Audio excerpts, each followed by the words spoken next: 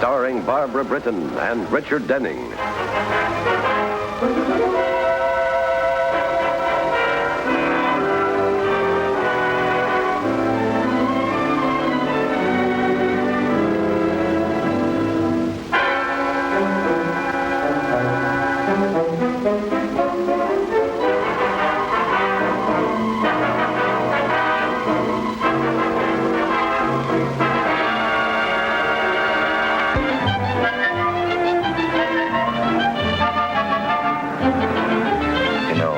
Holding your hand. Do you?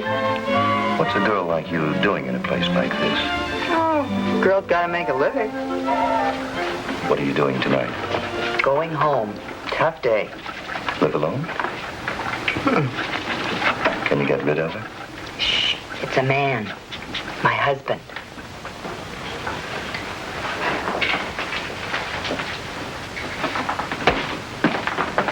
Hurry it up, will you? Oh, yes, sir. I'm sorry, sir.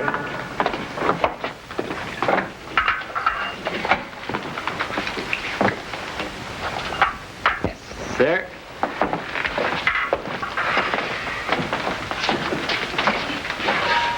I hope you come again, sir. Mr. What did you say your name was? I didn't say. Yeah, keep the change, will you? Thank you. Thank you very much. Bye now.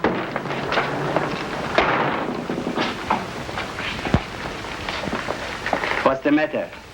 Haven't you hold enough hands for one day? Can't I look out? The people, the cars? Ah, what do you think I am, stupid? We're looking after that man. Well, you were looking out after him, weren't you? Well, that's a little bit different from when you are looking after him. How? There's something funny about his face. His skin is too tight for a man of his age and has scars behind his ears. So maybe he was in an accident or something. Come on, let's close up. I'm tired. Got one more customer coming. Let's not change the subject, lady. Okay, I looked at him because he was good looking. Does that satisfy you? Yeah. Fine kind of a life we lead. Yeah, stinks, doesn't it? Can you suggest whose fault it might be? Mine, I suppose. I suppose you are the model wife, sitting over there all day, holding hands. Well, what do you want me to do? Give him a manicure without holding their hands? You don't have to whisper to him like you did. Just what were you saying, you two, huh? I said, darling, I love you. And he said, come, fly with me to the moon. Yeah, well, I don't like it, and I won't have it. You hear me? Yes, I hear you. I hear you. I'm not wearing earmuffs. Listen to this. If I ever catch... Pipe down. Somebody's coming. Hello, Maury. How's the boy? Just fine, Mr. North. How are you, Mrs. Dargon? Well, I don't know what it is, Mr. North, but I feel great. Just great. Maybe it's the weather. Good for you. Say, would you hold this for me? Oh, it looks like a new hat. You've been shopping for your wife? I wouldn't dare. No, Mrs. North bought it this afternoon. I picked it up at the shop. They had to put another bunch of bananas on it or something. And don't let me forget it. Mrs. North had scalped me. Oh, Maury will take care of that. The usual, Mr. North. Yeah, but make it a little cleaner around the ears this time, Maury. That last haircut you gave me only lasted 3 days. Well, this time I'll make it 4 days. Well, what's the latest in the outside world, Mr. North? Well, Reynolds pitched a shutout. Did you hear? No. Go on, you kidding? What's the matter, Maury? You seem a little upset. Nothing the matter. Oh, no, I'm in the pink, Mr. North. Honest, yes, sir. It's Elsie. Honest, Mr. North, sometimes she aggravates me something terrible. The way she acts about... What do you mean, about money? Yes, about money, too, but it's mainly... You know how it is. Men customers come in the shop for manicure, and the way she acts about... Oh, it's probably nothing, Maury. She's a very good-looking woman. Naturally, men are attracted to her. I wouldn't worry about it. Nothing's going to happen. Well, I don't know, Mr. North. I can't stand it much longer.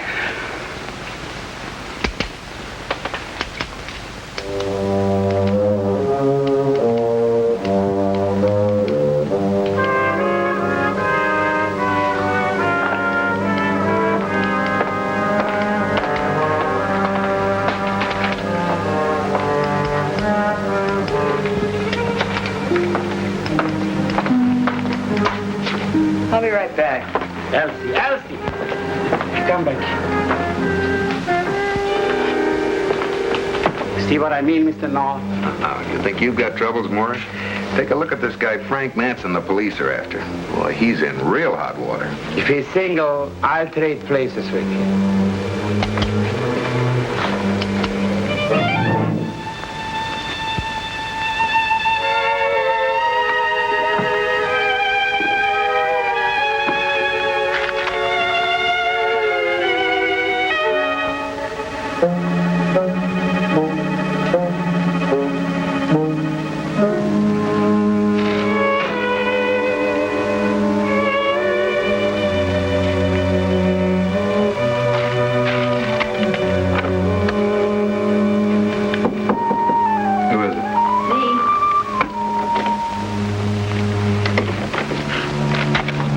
Sandwiches and beer.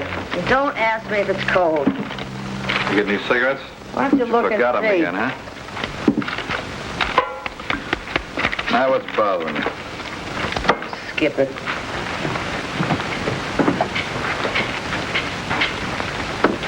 You think I like living in this joint any better than you do?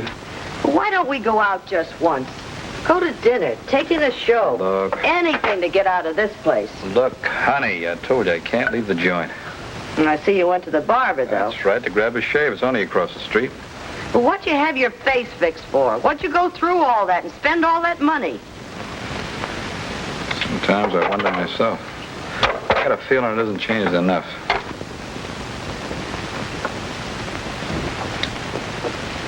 Hello, Jerry. Okay, an onion and an olive coming up. Well, how do you like it? Oh, I didn't taste it. I wouldn't dare. Jerry, my dress. Oh. Hey, you know, you're pretty nice looking for a girl. Well, where'd you put it? Oh, here. Better drink it before the onion and the olive get drunk and start throwing rocks at each other. My hat. Where is it? No, I didn't see it. My new one, the one you brought home. Oh. Oh. Oh, Jerry, you didn't. Oh, wouldn't you know it? Elsie Dargon, I told her to Who's Elsie Dargon? The manicurist, the barber's wife. I stopped in for a haircut, and, well, I guess I forgot it. But don't worry, I'll get it tomorrow, Van. I want to wear it tonight. We're having dinner with Bill Wygant. So, wear some other hat. Say, why don't you wear that one that looks like, oh, you know, the one with the chicken feathers all mixed up in the broccoli? Jerry North, you go back to that barbershop and get my new hat. But Pammy'd probably be closed by the time I got there. Call him up in time to wait. Well, I still don't see why you can't wear some other hat. With chicken feathers and broccoli? Want your wife to look like a barnyard? Call him. Oh, nag, nag, nag.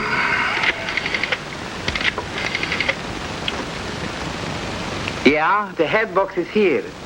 Well, Mr. North, I was just about ready to leave. I have an idea. If you want me to, I take it home with me. Save you half an hour driving.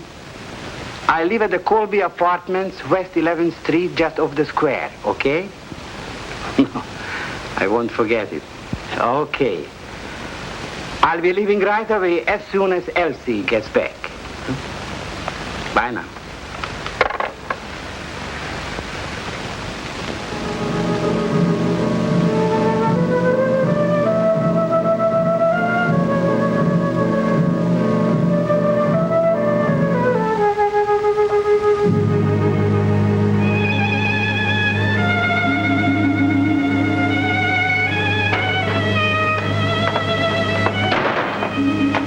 What are you waiting for? Why don't you go home?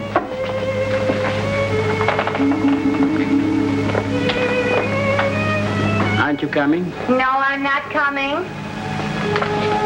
Where are you going? I told you. On a flying trip to the moon. Who are you meeting? Take your hands off me. Why don't you go home and look at television? That's what you always do, isn't it? Don't get smart with me. Elsie, all I want to know who you're meeting. Aren't you going to tell me? No, I'm not. Then take your hands off me, you creep.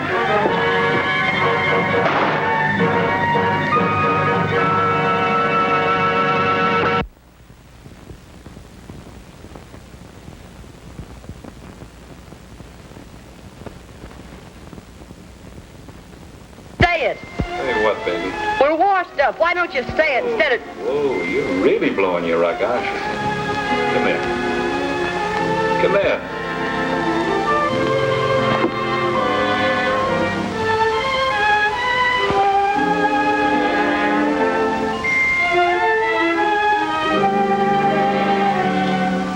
Now, does that dampen the fire any, baby?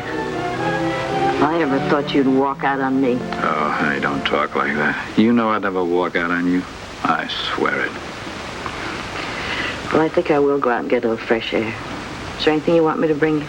Just bring yourself back, honey.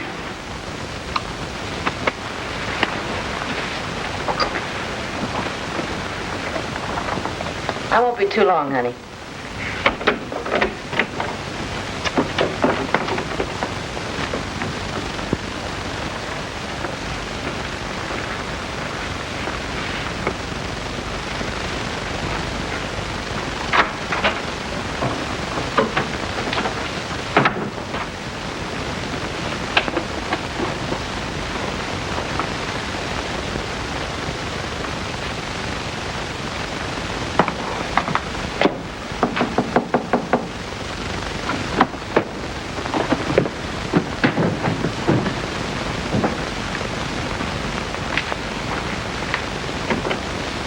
Why don't you use your key, honey?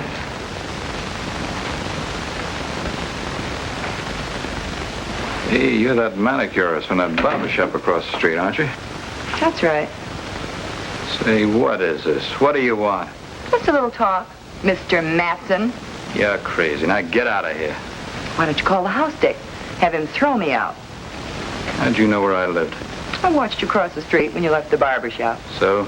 Well, after you left the shop, my husband told me you'd had a plastic job. He saw the scars. And then I saw your picture in the paper. Francis Leroy Matson. Still wasn't enough. How'd you know? No, that's right. So I went down to the post office. I thought maybe, well, you know those pictures they put up. And sure enough, there you were. Thought maybe you might like to see it.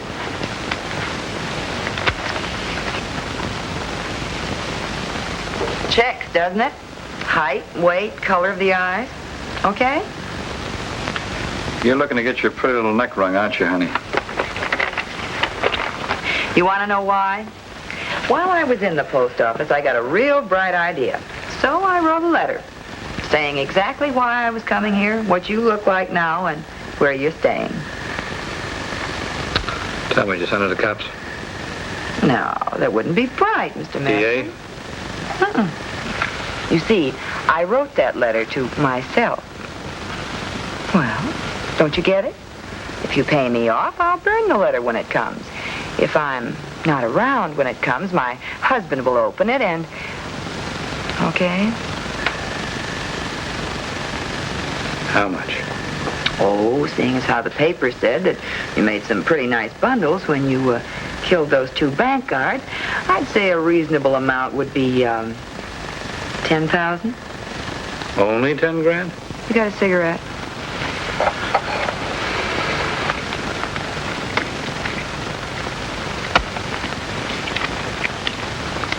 How are you and the barber going to get along on just 10 G's? My husband doesn't figure in this deal. What's he got against 10 G's? Nothing. Except I've got something against splitting it with him. I'm pulling out. Now, about the money. It's a pretty nice anklet you're wearing. Say anything on it? Just my name. I like it.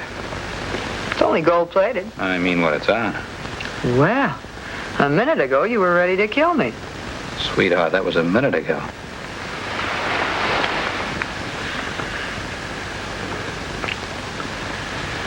Do I pass? Maybe. You know, you and I can get around. We head out, kicks up rough, we come back. That way nobody loses anything. Yeah, except me, the 10,000. Oh, no, we keep right on going. You got a signed check. Fill it in for any amount. When would we hoist the anchor? Right now. Well, I'd have to burn that letter first. You know, the one I wrote. Yeah, I forgot about that. Hey, when do you expect that? Tonight. I sent a special delivery. Tell you what. There's a midnight plane leaving for England. I'll meet you. Of course, you wouldn't run out on me, now, would you? Oh, honey, and miss all the fun? How do I know what your idea of fun is? Convince me. All right, name it, baby. What? It's right on the tip of my tongue. $10,000. Now. You just got yourself a deal. Come here. That's right, the Chancellor Hotel. That's where you'll find Frank Matson, room 317. Are you sure? I ought to be. Okay. It's just that the whole police force was out looking for him, and here you come and... I know him, I tell you. He just had a plastic job. You can still see the scars. Well, that doesn't necessarily prove you know him. I mean, because of the scars on him. It's the scars on me that prove it, Lieutenant. Oh. So you and Frank are old friends, huh? Well, you can call it that. Look, here's the key to his room. You can walk right in on him. Do you believe me now? Enough to take a chance? Wagon, have a car ready for me. We'll take a run over there, okay? What do you want me for? To identify him. None of us have seen the new face. Okay? It'll be a pleasure.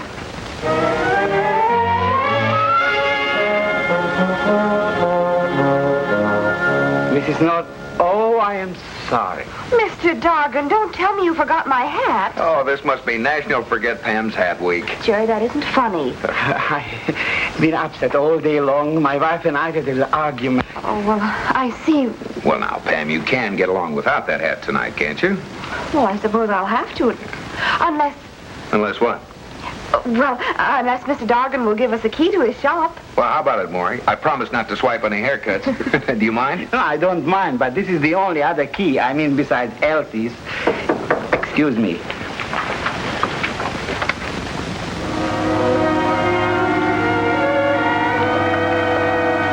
Send a special delivery letter to Elsie. Isn't there a return address? No? This is Elsie's handwriting. You mean she wrote it to herself? It looks like it. I better open it. It might be something important. Mr. North. What's the matter? Read this. What a crazy thing to do. It certainly is crazy, trying to blackmail Frank Matson. He'll kill her. Jerry, we've got to get to the Chancellor Hotel right away. Now, look, Pam, this is a job for the police. We'll find a policeman on the way. Let's go, Mr. North. I am worried. Please. All right, come on.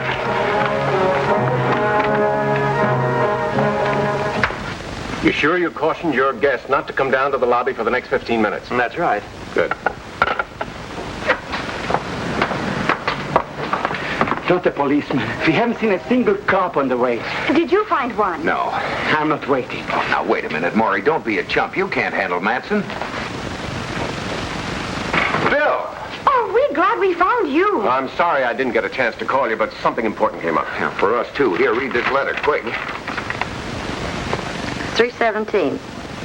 That's right. Frank Matson.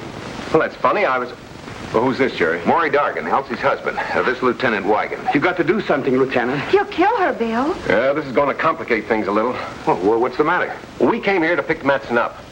His girlfriend put the finger on him. She's trying to get him to come down. But, darling, just for one drink. I know, but the place is almost pitch black. We can sit in a corner. You know what cocktail lounges are like. Oh, darling, please, for me, just this once. Oh, swell, you're wonderful. Hurry up, darling.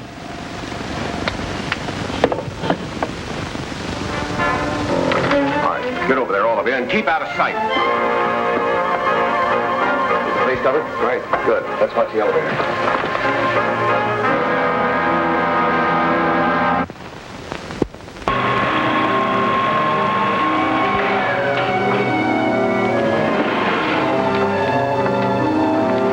Matson, police, get your hands up. Touch you, dirt. Hold it. Haven't got a chance.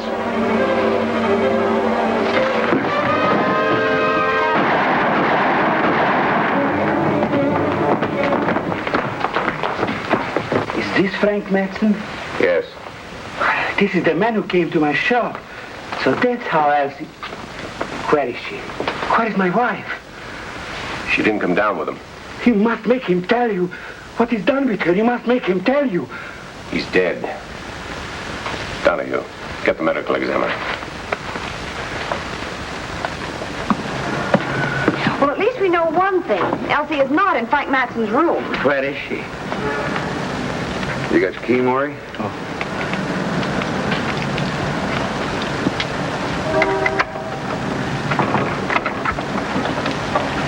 Be careful, Mrs. North. Oh! Pam, Maury, quick, the lights.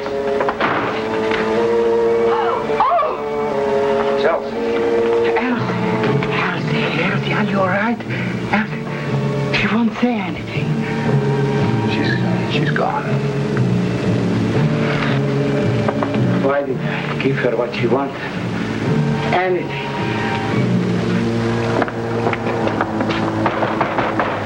Why can't I go? What am I doing here? In a little while. The lieutenant don't like to be rushed, Miss Jansen.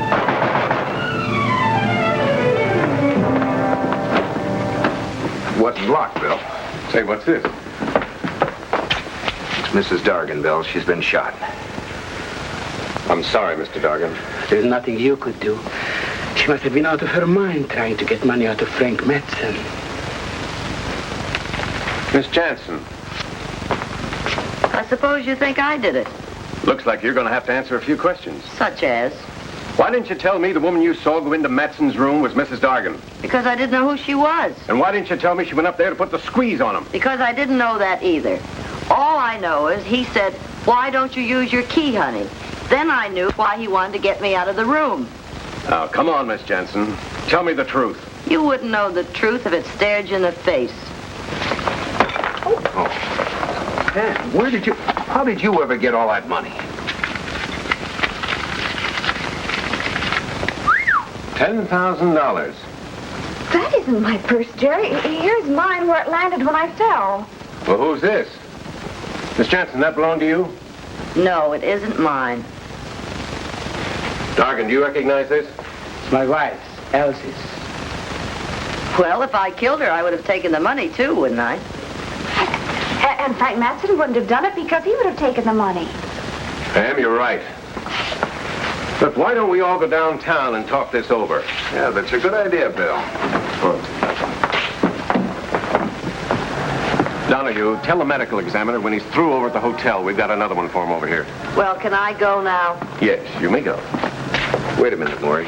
This is your wife's key case, isn't it? Yes, where did you find it? It was on the floor. It fell out of her purse with the other things. Is one of these a key to the shop? Yes, this one. Let's go. Going to lock up, Maury? Oh, Look, hurry it up, will you, Jerry? You know, Bill, I don't think it'll be necessary for all of us to go downtown at that. Just you and Maury Dargon. what do you mean? See this lock, Bill? Yes? It isn't a snap lock. It doesn't lock automatically.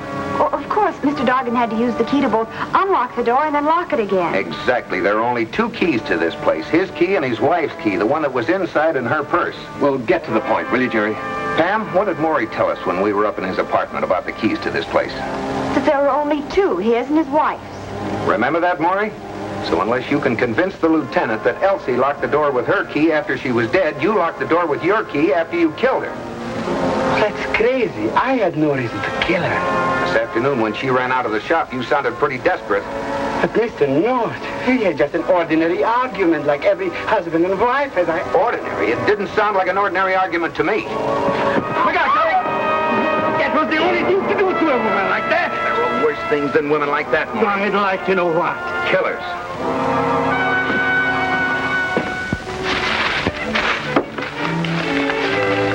Thank heavens it wasn't harmed.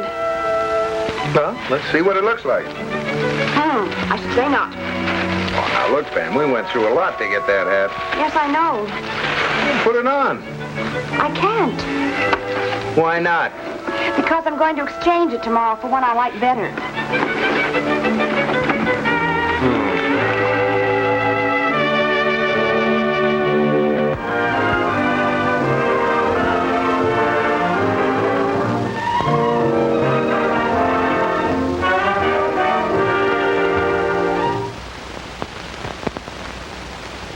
Mr. and Mrs. North is directed by Ralph Francis Murphy.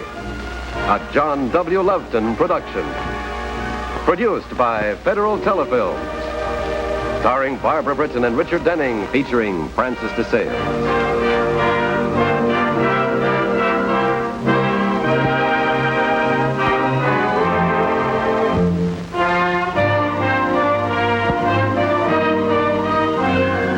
This has been a film presentation.